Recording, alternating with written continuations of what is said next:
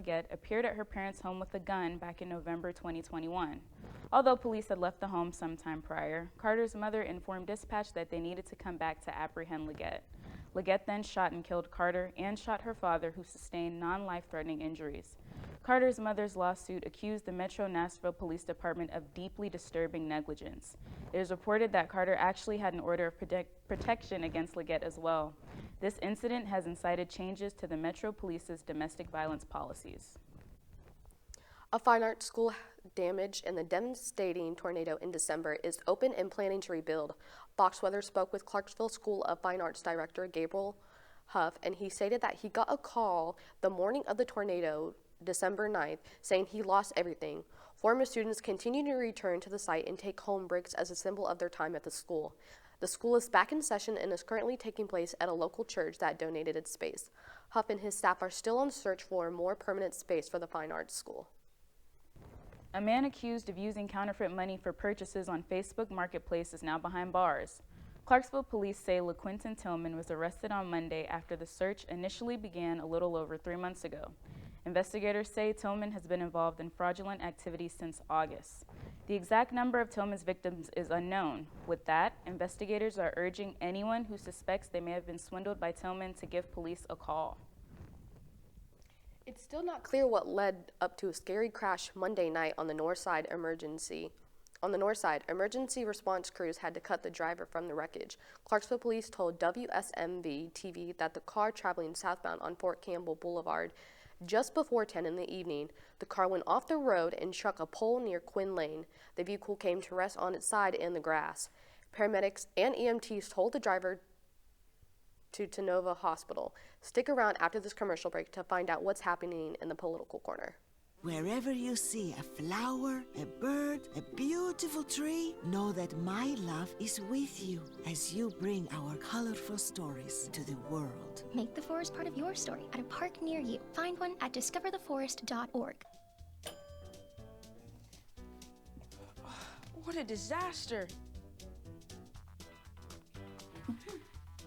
You're a disaster.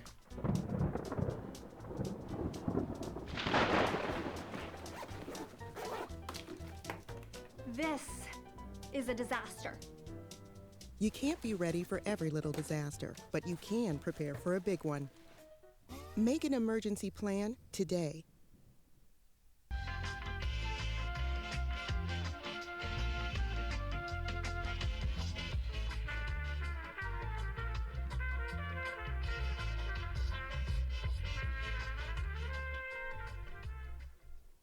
Hey everyone, I'm Jazmin Logan, and welcome back to the Political Corner.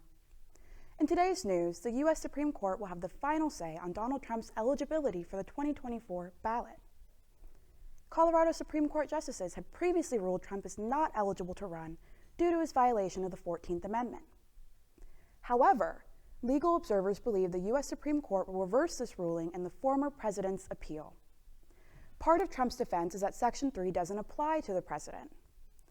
Regardless of the Supreme Court's final decision, this ruling will set a new legal precedent for U.S. politicians. When some voters go to cast ballots later this year, they could find themselves in a new district thanks to recent court rulings. Redistricting of congressional seats is currently underway. There have been both increases and decreases of voters in certain districts, requiring these boundaries to be redrawn in Alabama, Georgia, Louisiana, and North Carolina. Political science professor from George Washington University, Chris Warshaw, says, quote, "It's a very closely contested congressional map and every seat or two matters," end quote. The redistricting could potentially give one of the parties a slight advantage, but it still does not predict the outcome of the elections. Republicans withdrew their support for the joint U.S. border control and funding for Ukraine. Ukraine is experiencing wartime supply shortages, but the Pentagon lacks the funds to continue sending arms shipments. This border compromise intended to limit illegal crossings at the border while providing Ukraine, Israel, and other U.S. allies with more aid. However, following former President Trump's disapproval of the proposal, it was rejected. A federal appeals court rules that choosing not to wear a mask when faced with a mask mandate is not a protected right under the First Amendment. This ruling was a result of 2 lawsuits in New Jersey regarding the requirement of wearing a mask during the pandemic. The court says that voicing opposition to a mask mandate is protected under freedom of speech, but outright ignoring that mandate is not. The court said in a statement that, quote, "One could not, for example, refuse to pay taxes to express the belief that taxes are theft. Nor could one refuse to wear a motorcycle helmet as a symbolic protest against a state law requiring them." End quote. Well, that's all I have for you guys today. Stay tuned for the weather after this short break.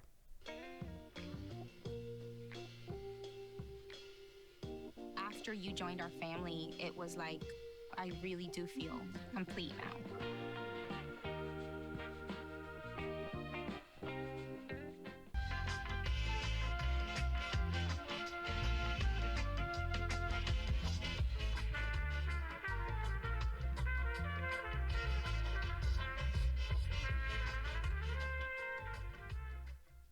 You want change.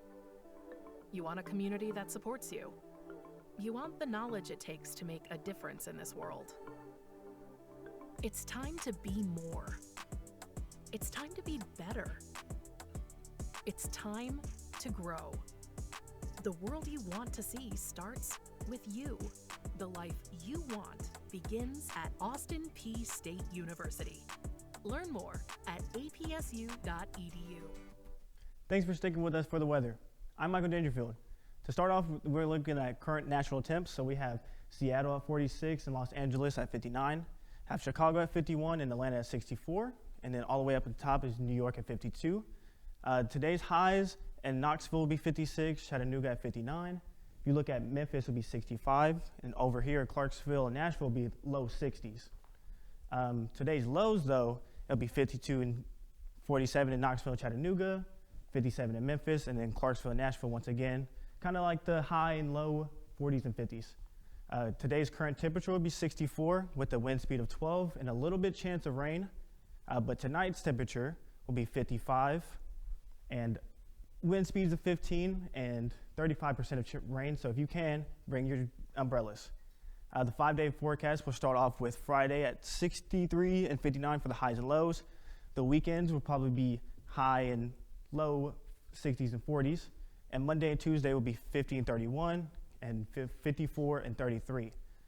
That's kind of all we have for today's local and national weather. APSU will be returning after this break with the Sports Zone. My Shiro doesn't always wear a cape, but she always has time for a hug, a smile, for going the extra mile. My Shiro stretches every dollar, puts in long hours, puts others first. But now it's your time, Mom. When you're ready to retire, we want you to be able to enjoy it. It's time to start saving now. A free 3-minute online chat can give you the personalized tips you need to start boosting your retirement savings today. Visit aceyourretirement.org/Shiro.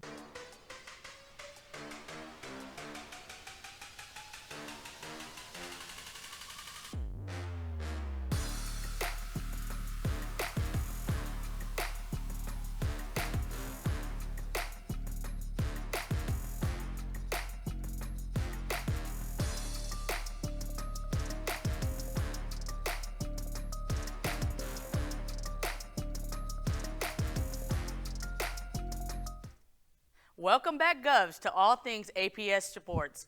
I'm Mo Bradley, and I'm bringing you the highlights from APSU basketball. Let's look at all the excitement that happened in APSU men's basketball last Saturday night when they went up against the North Florida Ospreys. What a huge win for the Govs last Saturday as they went up against North Florida University. Both teams went back and forth on the court, leading into double overtime. Let's look at some stats. In the first half, your Govs were leading 37-30, giving them momentum into the next half. North Florida soon caught fire in the second half with their leading scorer, Chaz Lanier, slowing down APSU up until the last minutes of the half, causing APSU to tie and go into overtime. In the first overtime, North Florida led 82-77 until APSU's Isaac Haney took control of the ball and came in clutch with 45 seconds on the clock, shooting a 3-point shot resulting in the second overtime. The first OT ending in 82-82. Second overtime was just as exciting as the first. North Florida's number 11, Nate Lateras, tied up the second OT when he faked the handoff and ran it up for a dunk. but that was only motivation for the Govs to retaliate and score, ending the game 95-91. Our Govs' top scorer for the game was Say Witt, scoring a total of 30 points and helping the Govs win the game. Some other key players in the game were Jamonte Black scoring 21 points and Desi Jones scoring 22 points. A great game for our APSU men's basketball team. Come out and support both APSU men's and women's basketball teams as they will be playing a doubleheader this Saturday, the 10th at F&M Bank Arena. That's all the time we have this week for all things APSU sports here in Stashville. Just a reminder to go out and support your Govs. A schedule of all the athletic teams can be found on the Let's Go Peay social media and website. Have a great weekend. I'm Mo Bradley saying let's go Peay.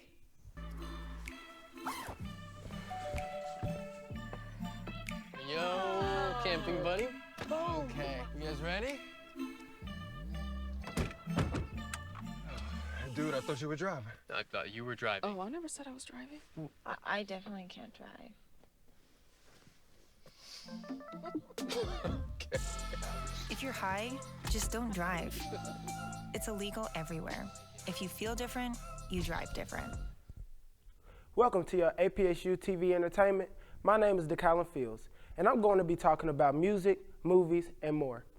As you all know, Valentine's Day is right around the corner, so this will be the perfect time to go out with your lovely Valentines and watch the new movie Bob Marley, One Love.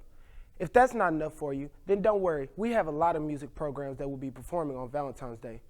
I will be included performing for the Valentines with the saxophone ensemble, and you also have the symphonic band to also perform.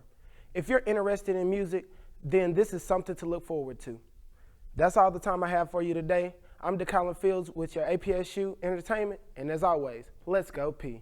Wherever you see a flower, a bird, a beautiful tree, know that my love is with you as you bring our colorful stories to the world. Make the forest part of your story at a park near you. Find one at discovertheforest.org.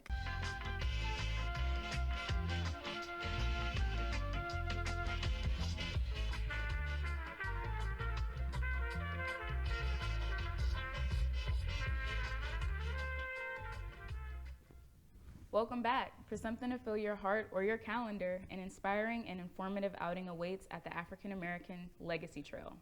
The African American Legacy Trail was founded by Shana Thornton, who wanted to share the rich Black history stored here in Clarksville. The trail includes community gardens, historical churches, and even Clarksville's own Olympic champion, Wilma Rudolph.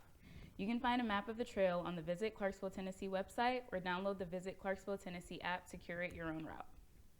You can take your sweetheart to an amazing live production for Valentine's Day. Now until February 24th at the Roxy Regional Theater, you can watch Thoughts of a Colored Man by Ken Scott. Ticket prices can range anywhere from $15 to $35. You can purchase the tickets online at roxyregionaltheater.org, or you can visit the theater in person located on Franklin Street.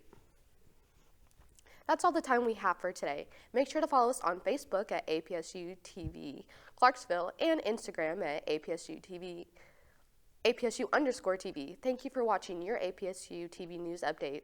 We'll be back next time, and as always, let's go Peay.